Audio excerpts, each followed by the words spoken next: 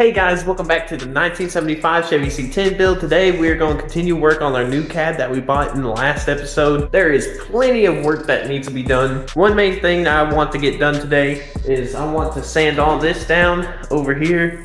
I know it's been a while since we worked on this project, but I'm going to start it up again and hopefully we get it finished here in a couple of months. But the reason why we didn't want to use this cab, because it looks like Swiss cheese with all the holes and everything into this part, and the only way to replace this part over here is to buy this whole part that ranges from up here to down here. And on the website where we can buy it from, the part is like $1,000, so it's really expensive. So it was actually cheaper to get a whole brand new cab, in which you can see here there is no rust on it at all, and this cab was included with everything else. It's only $600. So, I mean, that was a good steal. I believe it was good. So let's get into grinding and sanding.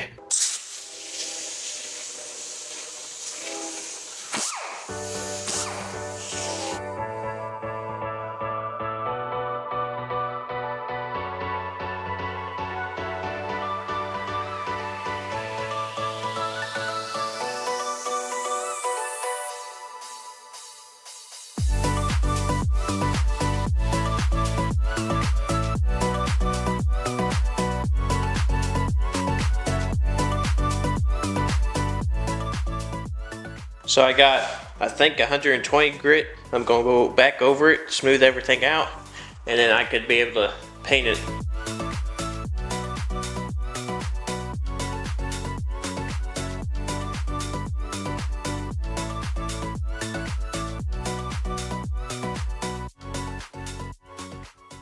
Okay, so I just finished sanding down this area. It's nice and smooth. You can see there's a little bit of pivots from the rust. Found this one rust hole right here when I was grinding off, so that's gonna have to be re-welded.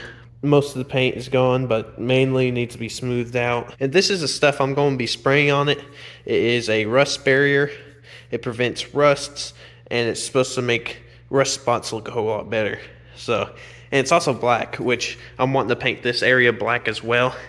Like on the original cab, this part is going to be black in the engine bay, but I kind of want it to be black up to here. I want it kind of to be black up to like here, all the way down to here. This is going to be the same color as the truck.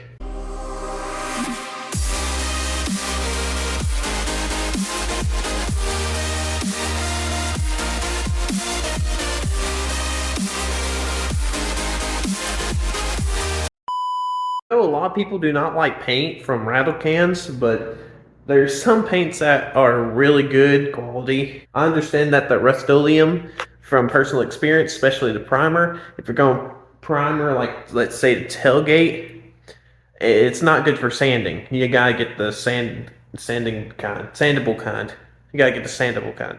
The best type of primer to use is car primer. I know that the Rust-Oleum primer is not meant for cars. However, this stuff, I believe that it worked pretty good, especially on vehicles, because it's made for vehicles itself. People say that the paint also doesn't prevent rust, but I believe that to some degree it does prevent rust for a little while. In areas where water doesn't get to often, I believe it'll work perfectly fine. Same with the bed liner.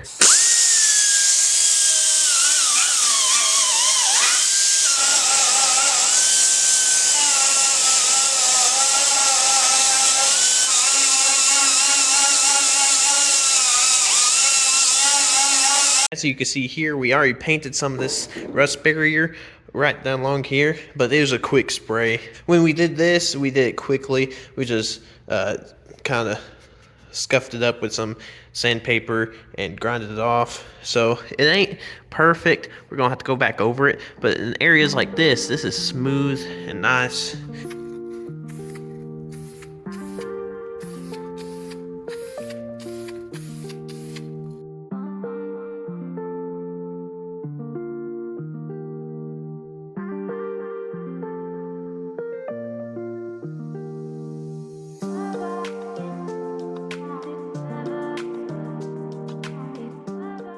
So I did a very thin coat I didn't want to lay it on there thick in case I have to re-sand most of it. And from what I see, it's really smooth. So you won't be able to really see any of it that much unless you take the fender off. But it looks pretty good. It's all smooth down here. But if you go in here, you can still see the pivots of where the rust has been.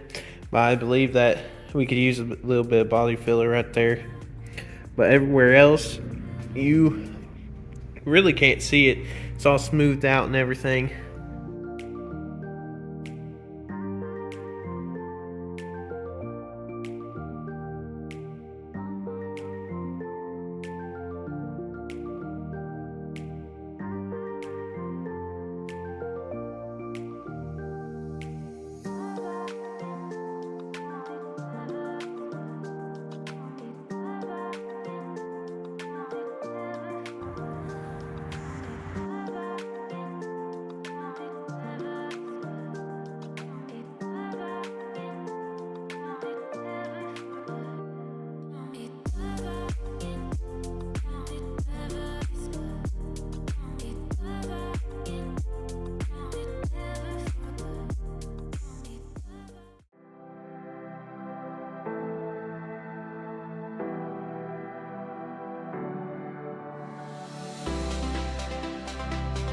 Okay, so that turned out really good. I went ahead and lightly sprayed it all the way down, then went back over it. So I'm going to wait until it dries, see how it looks. I might do a second coat, but as of right now, this looks amazing. I really like how it turned out.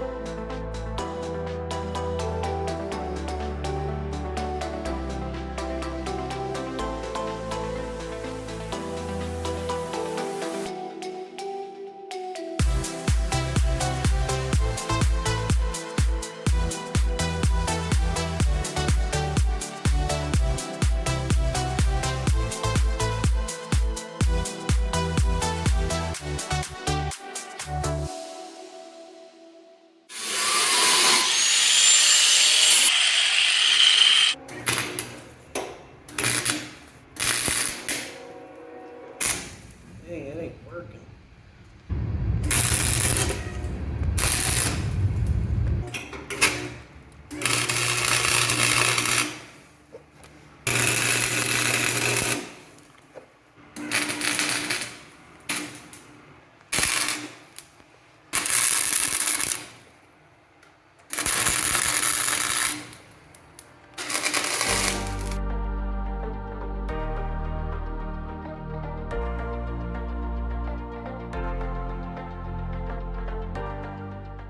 It is the next day and the paint actually dried, and look, it looks so much better. It's not as glossy and everything is smoothed out from where it dried. Check this out, guys. This is the brand new sandblaster that we just bought from Tractor Supply, and this is going to make the job a whole lot easier, especially in the hard to get places on the cab. Now, I just bought this off-brand Dremel set to go with my off-brand Walmart Dremel as well. Let's see. Dang. It said there's 227 pieces, but that is a lot. Okay, we got the vice grips on, holding up the rocker panel in place so that we could cut the old rocker panel off perfectly, and then we could weld it together. Of course, there's a few things that we're gonna have to pick up from the store. Some are these fuel line. We gotta get new with those. We also gotta get new whatever this thing is. I forgot what this even came off of. But we're gonna need to get new one of those. Seat It's gonna have to be cleaned off completely. I'll probably clean it up a little bit, maybe. If it doesn't like, I wouldn't use. I probably wouldn't use a pressure washer on it because it might peel off the dry rotted. But I do believe that this could be cleaned and at least get most of the stains out. And then we'll probably fix a little bit of the bench and then put a cover over it. Which I also need to sand that down and paint it black as well because I want to color match it with the emblem. So over here on the original truck cab, this part is all rotted out. However, this part came off of that cab and it's perfectly fine.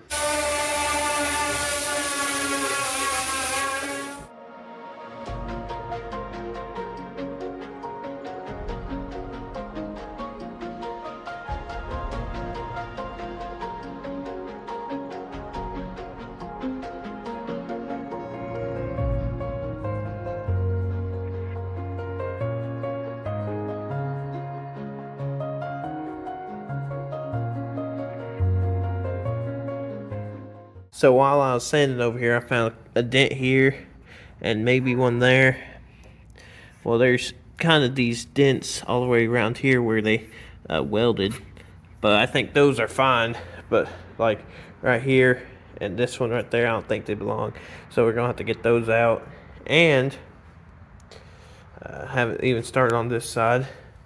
But I believe I got this one just smooth enough. Still gotta clean inside that little circle right there. But other than that, I could clean that up and get that painted.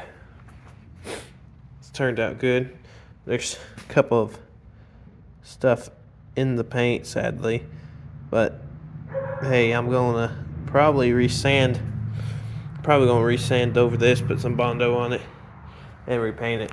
So I just mainly wanted to get it painted so it looked better as of right now and to prevent rust. Even though it's in the garage, but I still want to do it. But it looked really good. Imagine this whole front side except up there, that color. Show me the C10. What is it? C10? 1975. It's a little messy around here because we've been working on it. So this is the replacement cab because these panels are like Swiss cheese. Oh. Terrible. So to replace this part, you have to cut all the way up there, cut all the way up here, and that's just expensive. So we got this donor cab, and then they're in a whole lot better condition. So we're just gonna swap it. Yeah, we cleaned it up, we painted it, got the chrome valve covers on it. Y'all gonna get a drop kit for it? They're cheap. They're like $100. Yeah, we might do that. Got a new back bumper for only $100 in pristine condition. Can't wait to get it finished. Back before dashes were plastic. Yeah. We already got the camper and everything done, and the rocker on this side, all that done. Yeah. Floor's already done on this side. Mm. Oh, that's bad. Yeah. Yeah. So that's also another reason why we want to get another cab, which we bought floor pans anyway. Mm. So that's pretty cool. Yeah, this is sick. Dirty. No. Aerial. Oh. Oh, I see. I cut them out at work, bow tie. And we welded them up. I like that. These work chrome bed rails, short wheelbase. Mm-hmm. I cut them in half. Cut them out at work. Hey, pretty sick. Welded them up. Powder coated? No, I just spray painted Yeah, it them. looks good. I could powder coat them.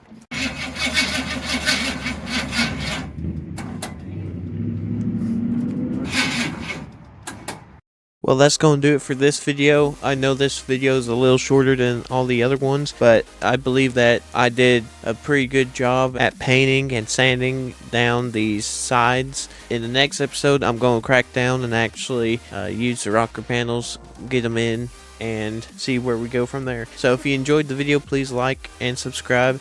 I'll see you on the next one. Goodbye.